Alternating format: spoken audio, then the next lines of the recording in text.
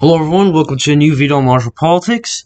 Today, I will be discussing a pretty hilarious controversy surrounding the Fox News host Tucker Carlson.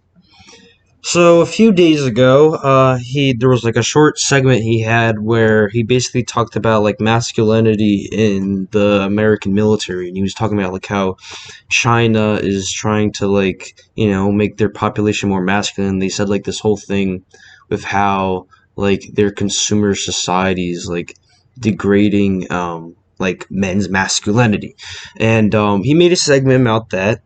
And he said in that segment he didn't even.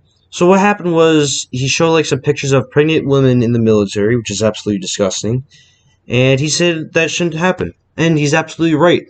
And the neoliberals, of course, and the neocons completely lost their minds. They lost their minds, and I find it so funny because like you had the neoliberals basically agreeing to send women off to war, and Tucker, all he said was pregnant women. He didn't even say women overall. And I'd go farther than he did. I say no women should be in the military because they should be, at home raising a family, um, you know, um, raising a family and producing a healthy and happy society. That's how modern Western society is maintained. But no, you got to get more diversity in the armed forces. We need more diversity in, who's committing illegal wars in the Middle East and Iraq and Syria, etc.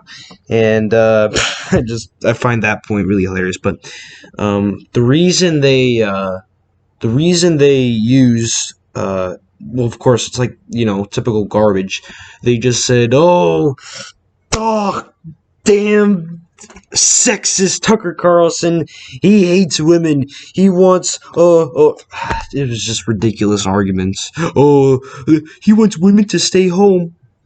How radical. I love how things like this have become radical in, the modern neoliberal society where you have left-wing identity politics and, social issues that dominate, like public discussion. And if you don't agree with the established position, then you're going to be called some sort of names. And, it's pretty ridiculous, and of course, they use these names to dissuade people from accepting your point of view, which is something that the neoliberals have been doing for quite a while now. Which is really an understatement. They've been doing it since forever, essentially. They've always complained about other people's perspectives or anything they say about a specific individual. They say it for some ridiculous reason, like, oh, if you hate Obama, then you're a racist. Well, no. There obviously are racist people that hate Obama, but there are plenty of non-racist people that do hate Obama. And it's just ridiculous. But anyways, back to my point. So we're discussing this ridiculous controversy, and you had some strong media reactions, you could say.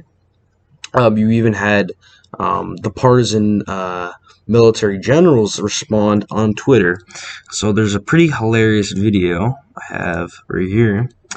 U.S. Space Command Senior Enlisted Leader. I don't know who this clown is, but he basically made this short 1.5 minute long video that, as you can see here, has 3.4 million views, which is pretty insane. This guy had only like 10,000 followers or something. It was such a low number, but now he has like 50,000 or 30,000. I don't remember, but and it's just it's such a hilarious video. I'll play it for you real quickly, and I'll come back right after.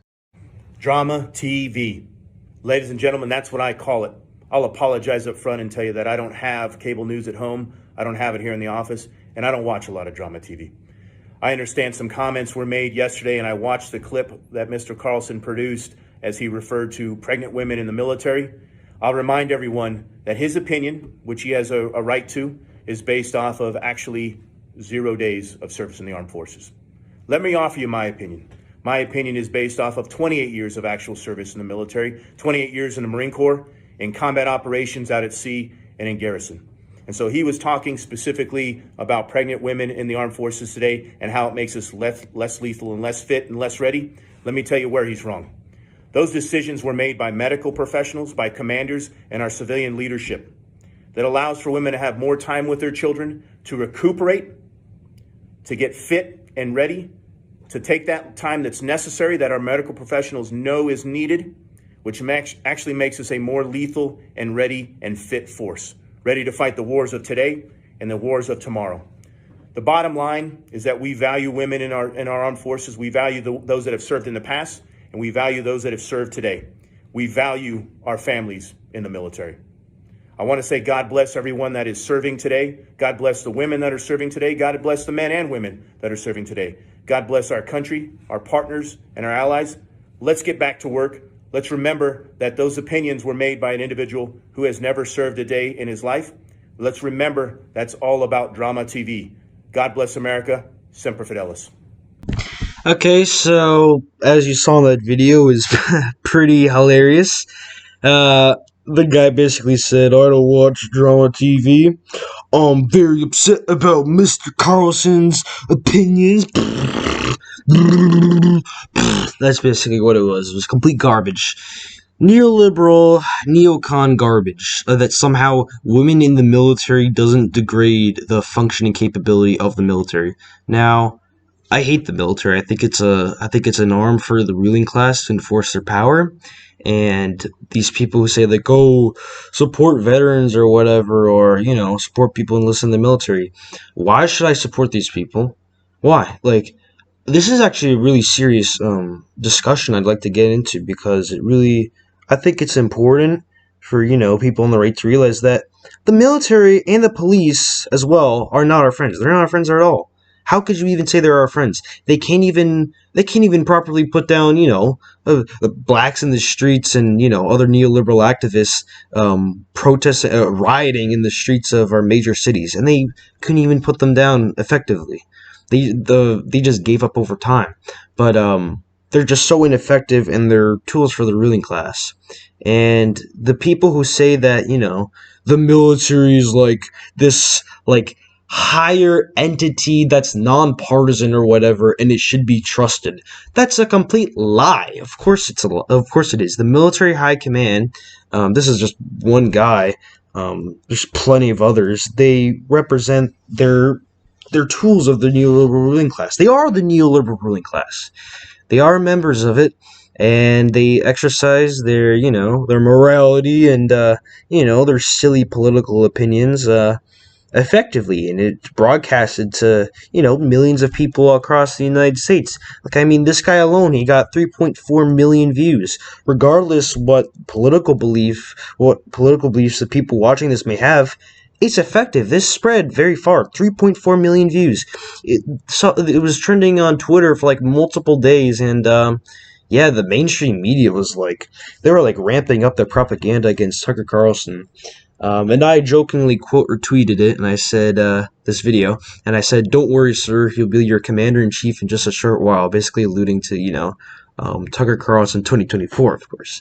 And I'm very upset about didn't mean to do that. I'm very upset about Mr. Carlson's opinions about women in the military.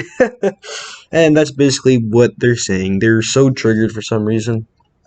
I really wish Tucker even went farther and said that no women should be in the military, but he barely even touched the issue, and these shitlibs lost their minds. They lost their minds. And you have the neocons too. Like, I saw this article from Max Boot on the Washington Post. Absolute failure for neocon. He's a proven failure. Absolutely disgusting person. I showed a clip from one of his videos on a past video. He said that Tucker Carlson's this dangerous, fascist or whatever, that he's going to be the Republican nominee in 2024. Damn, I really wish, because we would absolutely crush them. We would literally crush them. It wouldn't even be close. Tucker Carlson would get 320 electoral votes most likely. But it depends on the candidate who's running. But, yes, I will continue, and actually I'll be right back.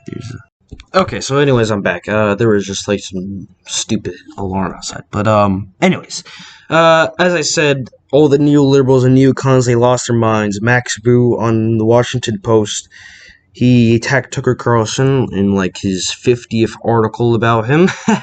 He seems pretty obsessed with him after Tucker completely obliterated him on his show and in Tucker Carlson's book, Ship of Fools, which I actually have. I'd actually advise you guys get the book. It's a pretty good book. But anyways, yeah, they completely lost their minds, and the mainstream media, they mobilized to make their attacks against Tucker Carlson. The next thing is here. Brian Stelter on his ironically named show Reliable Sources, he said Tucker Carlson is the new Donald Trump. CNN's Brian Stelter compares Fox News host Tucker Carlson to the former president. Quote, Tucker has taken Trump's place as a right-wing leader, as an outrage generator, as a fire starter. Now, Brian Stelter, as you all know, he's like a complete buffoon. He looks like, Humpty Dumpty. He's pretty. Just this hilarious picture of him. There's like this hilarious picture, like the Chiron said, like how like the mainstream media. It's like I didn't remember exactly, but it showed like how media personalities they're like so like they're like the common men. Yeah, they're like such normal people. Yeah, sure. And there's this hilarious picture of Brian Stelter. Yeah, I think he had like shorts on, and it was pretty embarrassing. Anyways, Brian Stelter, absolute failure, but he made this really hilarious piece about him, and it's really like these people want him to run for president in 2024. It really is, and it is really spectacular what they're doing. Because it's essentially what they did to Trump. They criticize them for the most ridiculous reasons possible, and in turn, you're able to mobilize support, but very support for their argument. But at the same time, they're able to drum up even more support that goes against their argument too, because it just looks like they're attacking like someone who's not even doing anything wrong to them. And they're Tucker always triggers the libs, as people will say. But yeah, it is really hilarious. And it's as if it didn't go far enough, you even had to have John Oliver make his own ridiculous hit piece against Tucker Carlson. And what he said is that basically, oh, Tucker Carlson, he hates women, and like it's so ridiculous. And I found this hilarious comment. And someone said like, oh, the more I'm listening to him, the more I agree.